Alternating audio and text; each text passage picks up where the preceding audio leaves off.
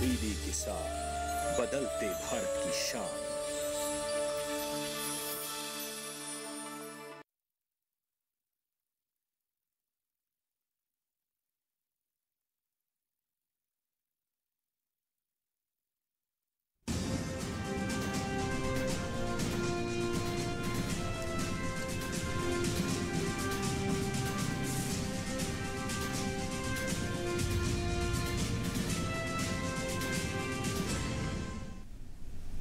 नमस्कार, किसान समाचार में आपका स्वागत है। मैं हूं रेशमा आपके साथ। आइए नजर डालते हैं इस वक्त की हेडलाइंस पर। उपराष्ट्रपति जगदीप धनखड़ ने रविवार को राजस्थान नागौर में मारवाड़ के गांधी के नाम से विख्यात किसानों के मसीहा बाबा नाथूराम जी मृधा की प्रतिमा का किया अनावरण। कहा, युवाओं को भटकाव के रास्ते पर जाने से रोके कृषक समाज। किसान युवाओं से कृषि और ग्रामीण विकास के मार्ग पर चलने का किया आह्वान। केंद्रीय सूचना एवं प्रसारण मंत्री अनुराग सिंह ठाकुर ने कहा, मोदी सरकार ने 3 साल में 11 करोड़ से ज्यादा घरों तक पानी पहुंचाकर कायम की मिसाल। लोगों तक पीने का स्वच्छ पानी पहुंचने के लिए प्रधानमंत्री ने बनाया जल शक्ति विभाग। करोड़ों लोगों को मिल रहा है पीने का साफ पानी।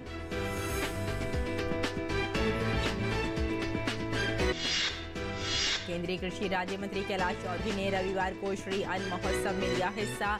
कहा, श्री अन्न कुपोषण का समाधान के लिए पौष्टिक आहार। श्री अन्न प्रत्येक व्यक्ति की थाली में पहुंचे, इस सोच को करना होगा साकार। ड्रोन टेक्नोलॉजी से खेती को बढ़ावा देने के लिए प्रधानमंत्री ने दी छूट।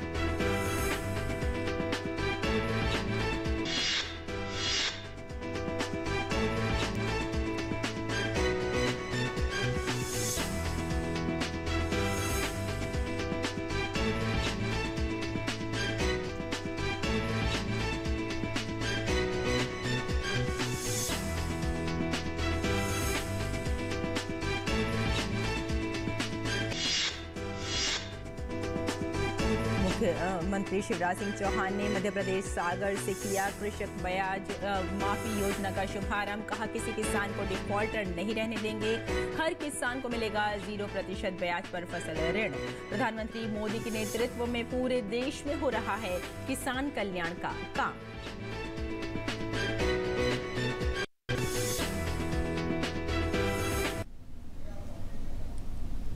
और अब समाचार विस्तार से। उपराष्ट्रपति जगदीप धनखड़ राजस्थान के दौरे पर राजस्थान के नागौर जिले के मेड़ता कस्बा पहुंचे। मेड़ता में उन्होंने स्वर्गीय नाथूराम मृधा की प्रतिमा का अनावरण किया। इस अवसर पर उपराष्ट्रपति जगदीप धनखड़ ने कहा कि किसान समाज के लिए आरक्षण की लड़ाई कठिन थी, जिसमें स्वयं उनका भी योगदान रहा, लेकिन आज उनके सकारात्मक परिणाम देखने को मिल रहे हैं। उन्होंने कहा, कृषि, ग्रामीण विकास और सरकारी योजनाओं का लाभ किसानों का अधिकार है। उपराष्ट्रपति ने किसान युवाओं से कृषि और ग्रामीण विकास के मार्ग पर चलने का आह्वान किया। जब हमारे किसान पुत्र प्रतिभावान हैं, मेहनती हैं, कड़ी मेहनत कर सकते हैं, मैं उनको आह्वान करता हूं, कृषि, ग्रामीण विकास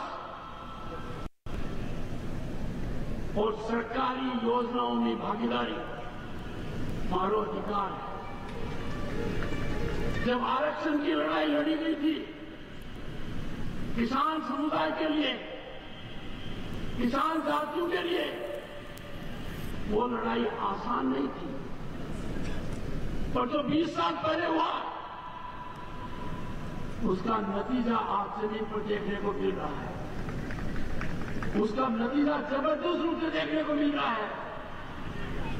माने कोशिश यह करनी चाहिए कि कृषि के मामले में, ग्रामीण विकास के मामले में मैं देश और दुनिया में रास्ता दिखाऊं। मैं चाहूंगा कि मराठा मामले में पड़े, प्रगति के रास्ते पर रहे, सकारात्मक रूप से रहे, समाज कल्याण की सोचें, देश की सोचें और उपराष्ट्रपति ने कुछ वर्गों द्वारा पुराने ट्रैक्टरों को हटाए जाने का विरोध किए जाने का उल्लेख करते हुए कहा कि किसानों ने सदैव परिवर्तन को आगे बढ़कर अपनाया है। भारत के आर्थिक विकास में कृषि के महत्व की चर्चा करते हुए उपराष्ट्रपति ने कहा कि विश्व में भारत की आर्थिक प्रगति का डंका किसानों के पसीने के कारण ही बज रहा है। ये देश मूल रूप से किसानों का देश है। यदि अगर हमारी अर्थव्यवस्था का डंका दुनिया में बज रहा है, किसान के खून पसीने की वजह से बज रहा है। किसान बदल रहा है। मुझे बड़ा आश्चर्य हुआ, मेरे को पीड़ा हुई, मेरे को परेशानी हुई जब किसी ने कहा कि 10 साल के ट्रैक्टर को सड़क से नहीं हटने देंगे। इसमें दो बड़ी बातें हैं। एक, कानून का उल्लंघन। किसान का बेटा, किसान जो इतनी तपस्या करता है, सबके लिए अन्न पैदा करता है, वो कानून के खिलाफ कैसे जा सकता है। पर उससे भी ज्यादा गंभीर बात, पीड़ा की बात, परेशानी की बात कि मैं समय के साथ बदलाना तो नहीं, कि मैं नई चीज भूल जाना। उपराष्ट्रपति ने कहा कि कृषि के क्षेत्र में जो इजराइल में हो रहा है, हम उससे आगे जाना चाहेंगे। जो इजराइल में हो रहा है खेती में, हम उसे आगे जाना चाहेंगे। दुनिया के किसी भी कोने में खेती विकास में जो कुछ हो रहा है, पशुपालन में जो हो रहा है, हम उसे आगे जाएंगे। मूर्ति के आसपास जो भूमि है, उसमें यहाँ की मिट्टी के अनुसार, यहाँ के मौसम के अनुसार वो पेड़ लगाए जाए जो ये हरी भरी। वो काम आपा नहीं कराना तो कौन करेगा? 1 अरब 40 करोड़ को भोजन देने वाली कौम, किसान वर्ग, यदि अगर भविष्य की नहीं सोचेगा तो कौन सोचेगा? और केंद्रीय सूचना एवं प्रसारण मंत्री अनुराग सिंह ठाकुर रविवार को अपने संसदीय क्षेत्र में जनसंपर्क अभियान पर रहे। उन्होंने जनसंपर्क अभियान के तहत हमीरपुर जिले की कई विधानसभाओं का दौरा करते हुए लोगों से संपर्क किया। इस दौरान उन्होंने लोगों को बताया कि किस तरह से केंद्र सरकार ने प्रदेश के विकास कार्य किए हैं। उन्होंने कहा कि लोगों को पीने का स्वच्छ पानी मिले, इसके लिए प्रधानमंत्री नरेंद्र मोदी ने जल शक्ति विभाग बनाया। आज करोड़ों लोगों को पीने का साफ पानी मिल रहा है। अनुराग सिंह ठाकुर ने कांग्रेस पर कटाक्ष करते हुए कहा कि कांग्रेस ने 65 साल देश पर राज किया, लेकिन वो 2 करोड़ 75 लाख घरों तक ही पानी के कनेक्शन को पहुंचा सके, जबकि मोदी सरकार ने 3 साल के दौरान ही 11 करोड़ से ज्यादा घरों तक पानी पहुंचाकर मिसाल कायम की है। जल शक्ति विभाग प्रधानमंत्री मोदी जी ने जिस तरह से बनाया और एक संकल्प लेकर चले वो कि देश के हर परिवार को हर घर में पानी का कनेक्शन लगा कर देंगे। कांग्रेस ने 65 साल राज किया होगा, केवल 2 करोड़ 75 लाख घरों तक पानी के कनेक्शन पहुंच पाए थे। मोदी जी की सरकार ने 3 साल में 11 करोड़ 60 लाख घरों में सीधा पानी का कनेक्शन लगाने का, पानी पहुंचाने का काम किया है। जो 60 सालों में नहीं कर पाए, हमने वो 3 सालों में करके दिखाया।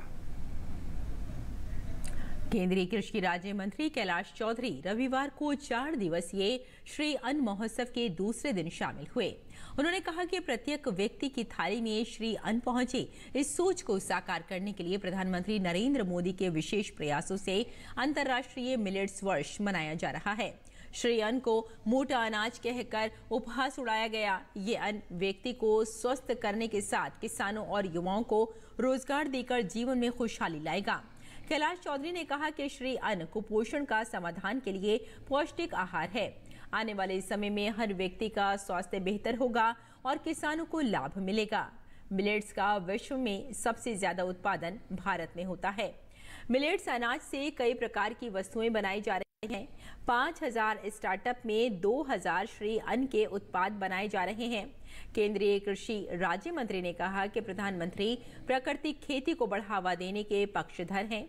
प्राकृतिक खेती का उत्तराखंड में रकबा बढ़ रहा है। उन्होंने कहा कि प्रत्येक व्यक्ति की थाली में जब श्री अन्न पहुंचेगा तो स्वस्थ व्यक्ति के साथ किसानों को भी खेती से आर्थिक लाभ बढ़ेगा।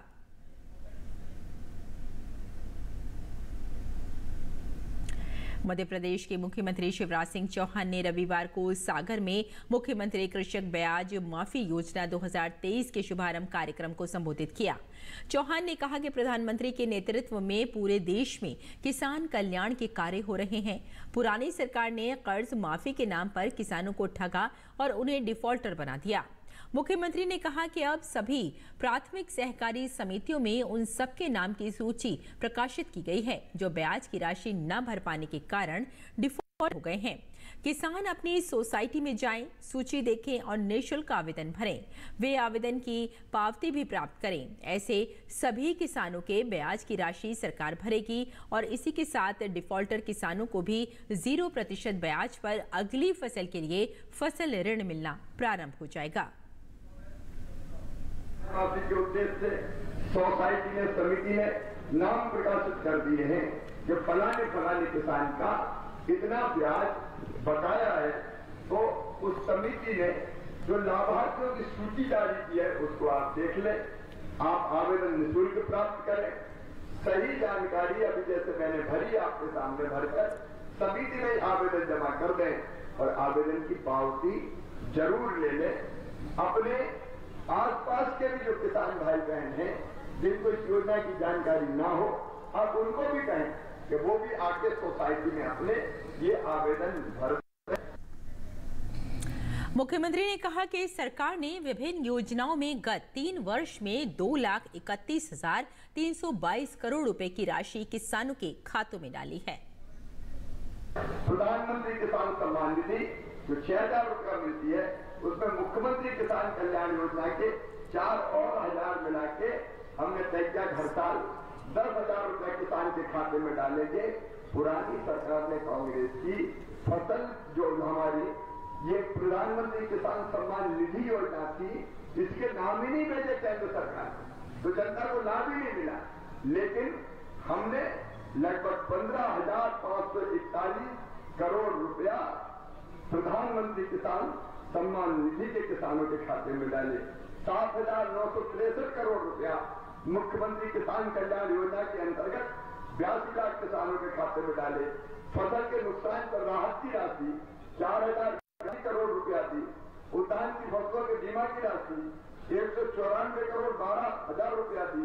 सोलर पंप में किसानों को अनुदान 115 करोड़ रुपया दिया। एग्रीकल्चर इंफ्रास्ट्रक्चर फंड 4,375 करोड़ रुपया दिया। कुल मिला के 2,31,322 करोड़ रुपया अलग अलग योजनाओं के अंतर्गत किसानों के खाते में डाला।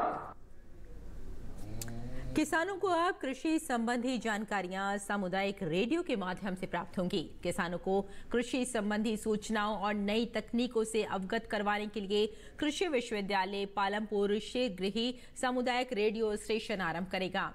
सामुदायिक रेडियो स्टेशन कृषि विज्ञान केंद्र सुंदरनगर में स्थापित किया जाएगा।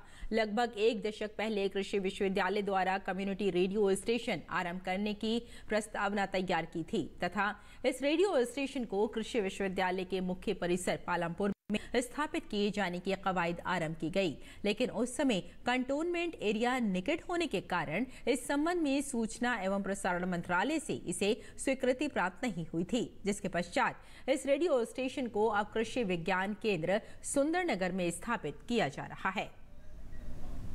कम्युनिटी रेडियो स्टेशन जो है वो आईसीआर की एक ऐसी पहल है कि हर विश्वविद्यालय को इस दिशा में आगे बढ़ना है। आप आज देख रहे हैं कि कम्युनिकेशन का साधन जो है बहुत महत्वपूर्ण है। अगर कृषि का प्रसार अगर हमने करना है, अनुसंधान को हमें लैब से लैंड तक ले जाना है और लास्ट विलेज तक पहुंचाना है, उसके कई माध्यम हैं।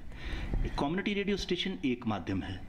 हमें जब ये कम्युनिटी रेडियो स्टेशन मिला तो हम इसको पालमपुर में खोलना चाहते थे, लेकिन कुछ सुरक्षा के कारणों से, सिक्योरिटी रीजन से और इसकी जो फ्रिक्वेंसी है उसको देखते हुए डिस्ट्रिक्ट मंडी में सुंदरनगर, जहां पर हमारा कृषि विज्ञान केंद्र है, वहां पर इसको निश्चित किया है। बहुत जल्द हम इस कम्युनिटी रेडियो स्टेशन को वहां लेकर आएंगे और वहीं से हमारे जो प्रबुद्ध प्रगतिशील किसान और दूसरे हमारे साइंटिस्ट एक्सपर्ट्स और दूसरे लोग जो है वहीं से अपनी जो अनुसंधान है, जो लैंड तक पहुंचाना चाहते हैं, गांवों तक पहुंचाना चाहते हैं, अंतिम छोर तक जो है हिमाचल प्रदेश तक ले जाना चाहते हैं, वो उसके माध्यम से हम उसको पहुंचाएंगे। और औद्योगिकी एवं वानिकी महाविद्यालय नेरी के विशेषज्ञों ने पारंपरिक बागवानी के तौर तरीकों को बदलकर फलदार पौधों पर नई तकनीक का सफल ट्रायल किया है। इस ट्रायल में सदाबहार फल पौधों पर सघन घनत्व तकनीक अपनाकर सार्थक परिणाम सामने आए हैं। इस सफल ट्रायल से अब प्रदेश के निचले इलाकों के बागबान भी अब बहुत कम जमीन पर ज्यादा फलदार पौधे लगाकर मुनाफा कमा सकेंगे। हिमाचल प्रदेश के हमीरपुर में स्थित औद्योगिकी एवं वानिकी महाविद्यालय नेरी ने ऐसे सदाबहार फल पौधों पर सघन घनत्व तकनीक का सफल प्रयोग किया है, जिनके पत्ते पतझड़ में भी नहीं झड़ते। गर्म इलाकों के इन फलदार पौधों पर प्रूनिंग तकनीक के जरिए पौधों की बहुत कम ऊंचाई पर ही फलों की पैदावार शुरू हो जाती है। महाविद्यालय के डीन डॉक्टर सोमदेव शर्मा के अनुसार ये सफल ट्रायल मौसमी, आम, अमरूद और लीची के पौधों पर किया गया है। इस तकनीक में पेड़ों के आकार को नियंत्रित करने के लिए प्रूनिंग का खास ध्यान रखा जाता है और एक सीजन में एक पौधे से 50 किलो तक पैदावार ली जा सकती है। किसानों की आय में लाभकारी मूल्य मिले या लाभ हो, इसके लिए पौधे का साइज छोटा हो, उसका मैनेजमेंट हो, उसमें उत्पादन और उत्पादकता प्रति बीघा, प्रति एकड़, प्रति हेक्टेयर बढ़े, ताकि लोगों को अच्छी क्वालिटी का पौधा मिले और कम कास्ट में कम कॉस्ट ऑफ प्रोडक्शन लगे उसके। महाविद्यालय के फल विज्ञान विभाग के वरिष्ठ वैज्ञानिक डॉक्टर विकास कुमार शर्मा के अनुसार इस तकनीक से 1 हेक्टेयर जमीन पर आम के 2000 तक पौधे लगाए जा सकते हैं। प्लेन जो हमारे मैदानी क्षेत्र हैं वहाँ से भी फल हमारे मार्केट में पूरा भरा पड़ा होता है, तो हमारे जो किसान बागवान हैं उन्हें उसका मूल्य नहीं मिल पाता। इस बात को ध्यान में रखते हुए हमने यहाँ पर 2016 में आम की नई किस्में, जिनमें पूसा अरुणिमा, पूसा लालिमा, पूसा पीताम्बर, अरुणिका, अंबिका, पूसा सूर्या, इस मल्लिका, अमरपाली, ये जो ड्वार्फ वैरायटीज हैं ये यहाँ पर लगाई है। फल विज्ञान विभाग के एसोसिएट प्रोफेसर संजीव बनियाल के अनुसार इस तकनीक में प्रूनिंग सबसे महत्वपूर्ण है, क्योंकि पेड़ एक दूसरे से न जुड़ें, क्योंकि ऐसा होने पर पैदावार प्रभावित हो सकती है। और बागवानों के लिए इसका बहुत अच्छा स्कोप है, इसको लगा सकते हैं।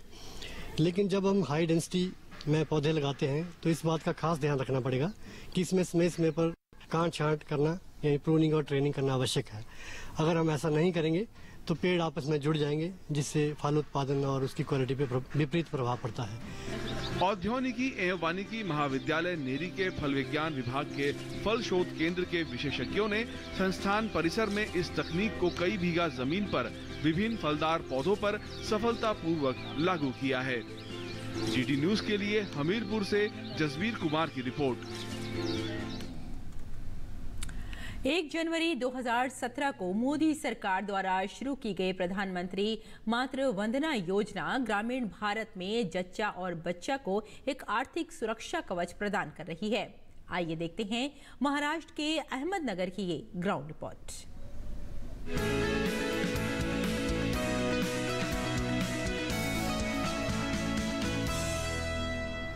महाराष्ट्र के अहमदनगर जिले के केड गांव में रहने वाली नूतन रविंद्र उन लाभार्थियों में से हैं जिन्हें केंद्र सरकार द्वारा शुरू की गई प्रधानमंत्री मातृ वंदना योजना का लाभ मिला है।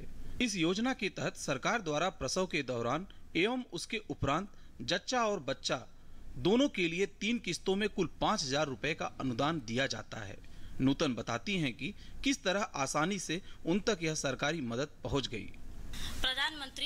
प्रधानमंत्री मातृ वंदना योजना का लाभ जब से हमें मिला है तब से हम काफी खुश हैं। ये योजना हमारे दैनिक जीवन में काफी सहयोग कर रही है। हम इसके लिए प्रधानमंत्री के काफी शुक्रगुजार हैं। नूतन के पति एक निजी कार्यालय में मुनीम है और कम आमदनी होने के कारण उन्हें सरकार द्वारा दिए गए इस अनुदान से काफी राहत मिली है। प्रधानमंत्री मातृ वंदना योजना से हमारे परिवार को काफी सहयोग मिला है और हम प्रधानमंत्री के बहुत शुक्रगुजार हैं जो उन्होंने इस योजना से हमें परिचित करवाया और आज हमारा परिवार बहुत खुश है। मैं प्रधानमंत्री का तहे दिल से शुक्रिया करता हूं। गौरतलब है कि प्रधानमंत्री मातृ वंदना योजना के तहत अहमदनगर जिले के लिए 1,43,918 लाभार्थियों तक पहुंचाने का लक्ष्य रखा गया था, जबकि यहां अब तक 1,63,954 लाभार्थियों को लाभ पहुंचाया जा चुका है, जो लक्ष्य से भी अधिक है। डीबीटी के माध्यम से योजना का लाभ सीधे लाभार्थियों के बैंक खाते में पहुंचाने से किसी तरह की तकनीकी समस्याओं से भी इन महिलाओं को नहीं जूझना पड़ता है। अहमदनगर से संजय कुमार पाठक के साथ डीडी न्यूज मुंबई।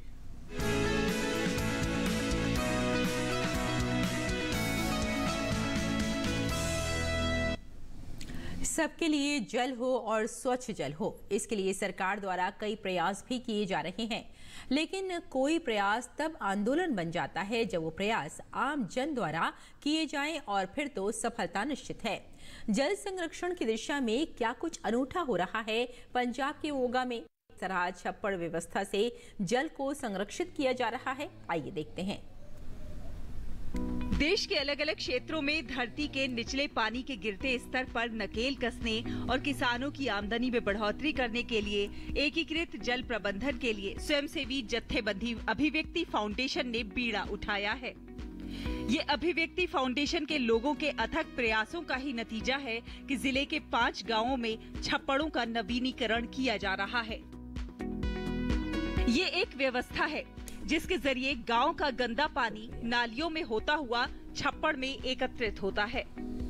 फिर इसके नजदीक एक और गहरा गड्ढा तैयार किया जाता है। इसके बीच में बड़े और छोटे दोनों प्रकार के पत्थरों का उपयोग किया जाता है। पत्थरों के बीच से गुजरकर ये पानी प्राकृतिक विधि से स्वच्छ होता हुआ दूसरे कुएं में एकत्रित हो जाता है। मेरे गांव में ये जो प्रोजेक्ट बना हुआ है केंद्र सरकार की तरफ से छप्पड़, और इसमें जो पानी है पूरे गांव का आता है इकट्ठा होकर 4-5 प्लांट में डिफरेंट होकर पानी इकट्ठा होकर फिल्टर होकर पूरे गांव के खेतों को दिया जाएगा।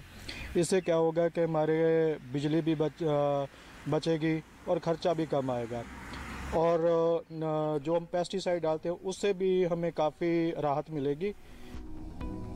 इस तरह जिले के 5 गांवों के छप्पड़ों का नवीनीकरण कर छप्पड़ों को गहरा करके गांव के गंदे पानी को साफ कर खेती बाड़ी के लिए इस्तेमाल योग्य बनाने का काम युद्ध स्तर पर ये गांव वासी कर रहे हैं।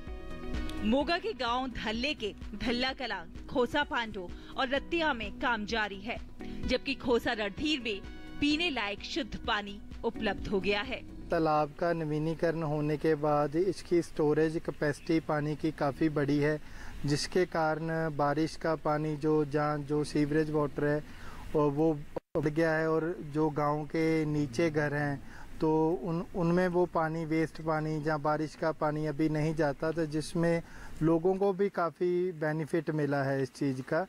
इस काम में संस्था को साथ मिला है नेशनल बैंक फॉर एग्रीकल्चर और रूरल डेवलपमेंट का। ये देखिए, ये होदी बनाई गई है जिसमें सारे गांव का गंदा पानी खाले द्वारा प्रवेश करता है, लेकिन जाली लगी होने के कारण बड़े कचरे को पानी से अलग कर लिया जाता है।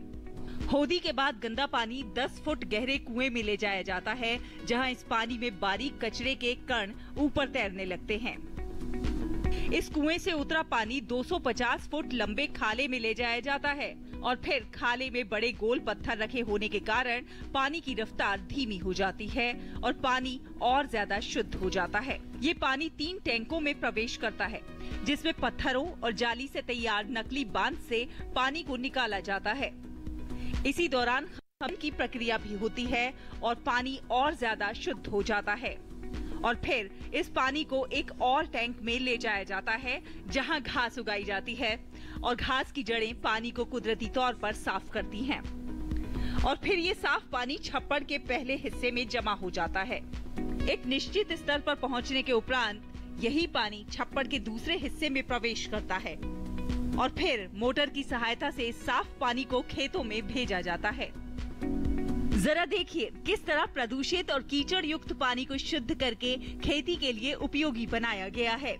इसमें काफ़ी प्रकार के नेचुरल खादें जो पौंड के पानी में होती हैं, तो उसमें खाद का खर्च भी किसान का कम होता है और इससे काफ़ी उनकी फसल की पैदावार में बढ़ोतरी होती है और किसान के लिए लाहेबंद है ये चीज़।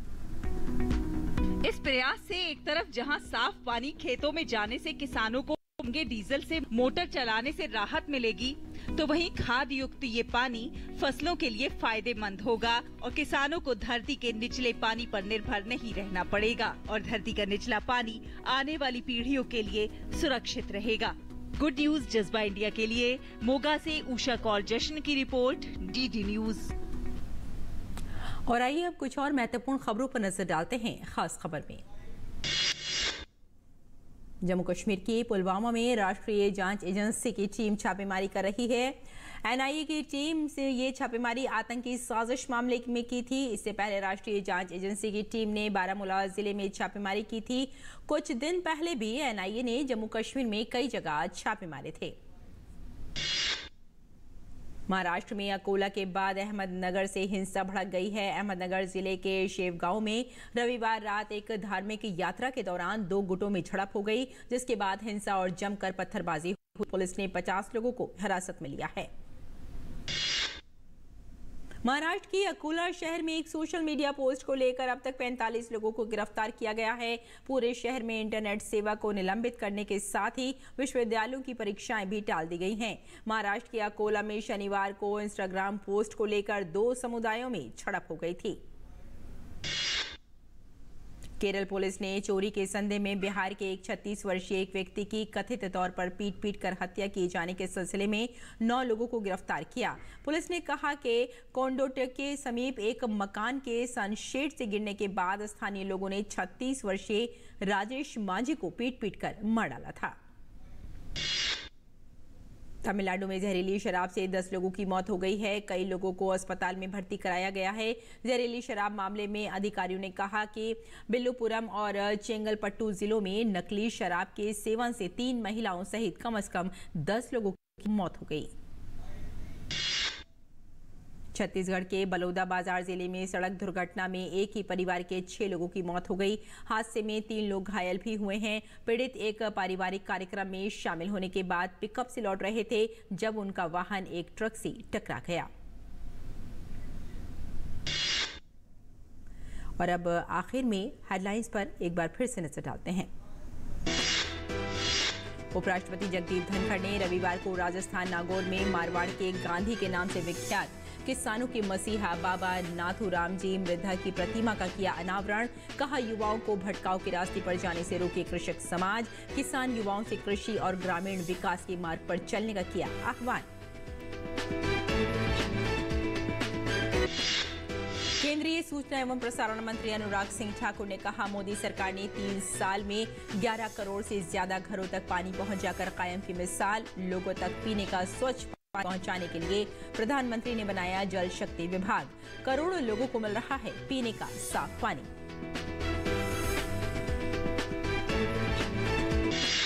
केंद्रीय कृषि राज्य मंत्री कैलाश चौधरी ने रविवार को श्री अन्न महोत्सव में लिया हिस्सा। कहा, श्री अन्न कुपोषण का समाधान के लिए पौष्टिक आहार। श्री अन्न प्रत्येक व्यक्ति की थाली में पहुंचे, इस सोच को करना होगा साकार।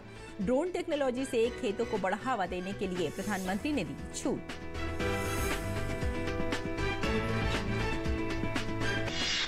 मुख्यमंत्री शिवराज सिंह चौहान ने मध्य प्रदेश सागर से किया कृषक ब्याज माफी योजना का शुभारंभ। कहा, किसी किसान को डिफॉल्टर नहीं रहने देंगे। हर किसान को मिलेगा 0% ब्याज पर फसल ऋण। प्रधानमंत्री मोदी के नेतृत्व में पूरे देश में हो रहा है किसान कल्याण का काम।